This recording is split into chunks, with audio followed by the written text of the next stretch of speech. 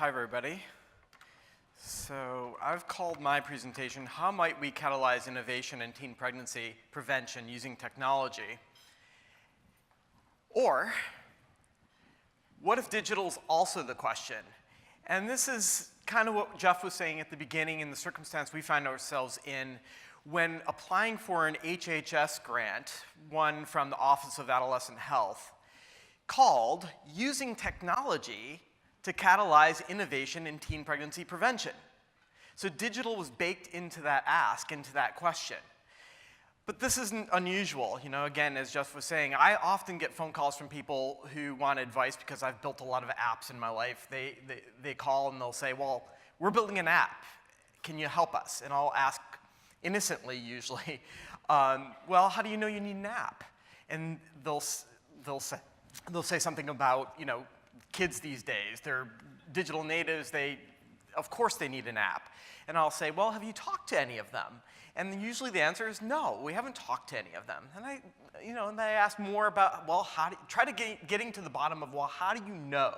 And typically, they don't. And my answer is often, go out and find out why you think you're building this. And it's frequently the case that digital is the question. And we wanted to do something in response to the HHS grant. We wanted to do something to change that. And I think that's what I'm here today to talk to you about, is a tool that we use to answer that question and sort of combat the circumstance when digital is baked into the question, called Human-Centered Design or Design Thinking. So we applied for this grant. We were lucky enough to win it. And with the funding, we started a competition that we call Innovation Next. And the goal was to fund innovative digital products, as the request was, but to challenge people to test their ideas using the human-centered design framework. So,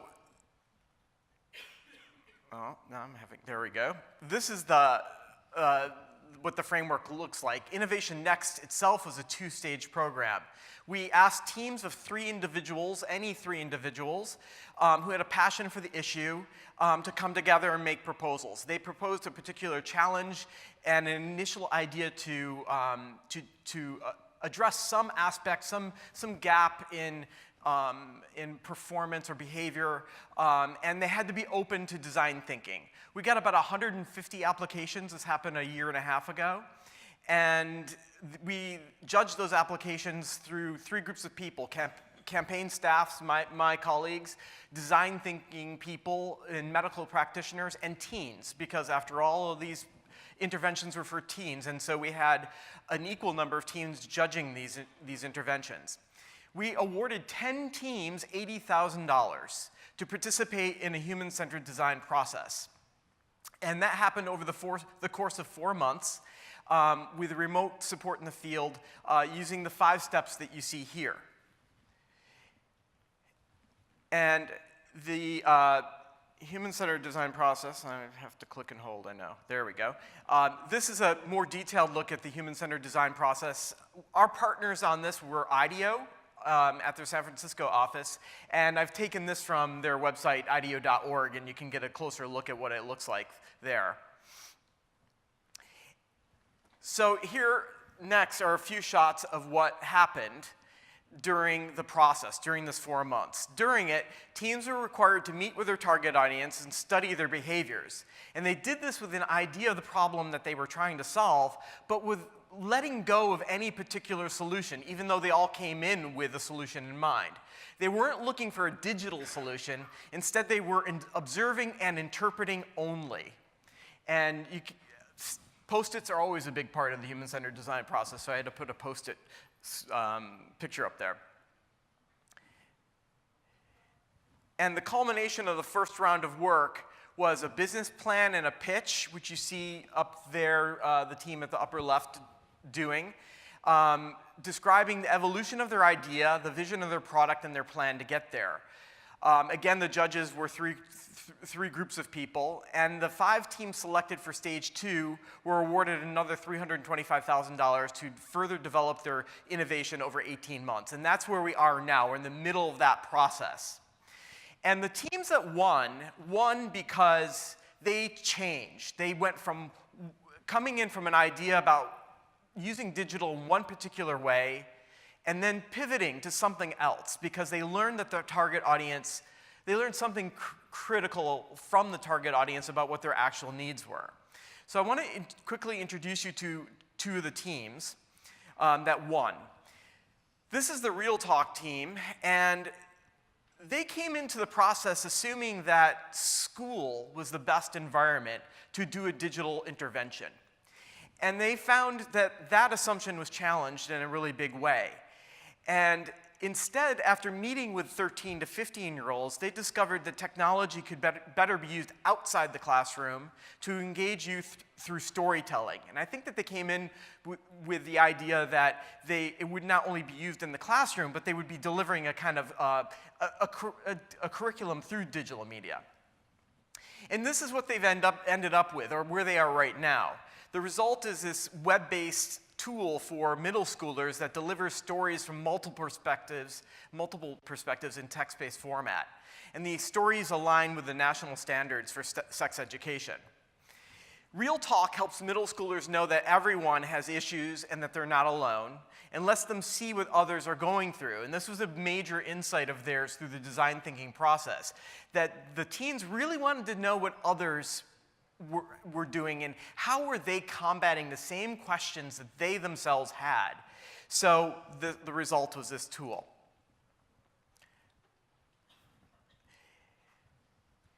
So Boink, great name, right? They came into the workshop or the 4-month process with the idea that the best way to get people answers to the questions that they had about sex would be through some sort of text messaging process, or a very from us to them kind of approach. Their main insight is that sometimes people just want to be able to tell their own story rather than ask questions, and they saw that there's a lot of value in being heard and validated. Building self-efficacy, and with that self-efficacy, those people can make better decisions in their lives around contraception and relationships. And they don't even always need an answer, is what the Boink team found out.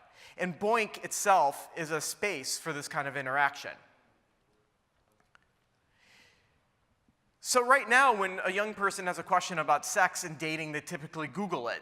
There's some great resources on the internet, but Google's not a sex and dating search engine. So people are faced with a bunch of results they need to wade through, not only for what's reliable, but what's relevant to their own context. And this experience is a one-way interaction. It's not a conversation, and there's no sense of community. To get people those answers, Boink connects them with a community of volunteer sex experts. And here's how it works. Users send a question to a team of experts that they can choose. Whoops. And experts receive notifications, and it's like a group chat with friends, except that the friends are trained in the best practices of sex education. And to accomplish this, Boink has a unique way of working with the experts. They're furthering the concept of micro-volunteering. Experts only need to spend 5 to 10 minutes a day to make a difference. And they can answer these questions while waiting in line for a coffee or for a meeting to start. And here's another view of it. Experts also, they work in teams which maximize their effectiveness, and they actually converse with each other. And user feedback and some light gamification enhance the rewards for the experts to encourage them to keep giving, to participate and keep giving answers. So young people have questions about sex and dating that are complicated. And the one-way interaction offered by a Google search doesn't meet that need. Sometimes you need more context and support, and for that, there's Boink. We're doing another call for applications in November 1st. So I wanted to put that up there, pressing the wrong button again. And so with the human-centered design process, hopefully when digital is in the question itself, human-centered design and design thinking provide a way to help you make sure that the answer is always going to make sense. Thank you.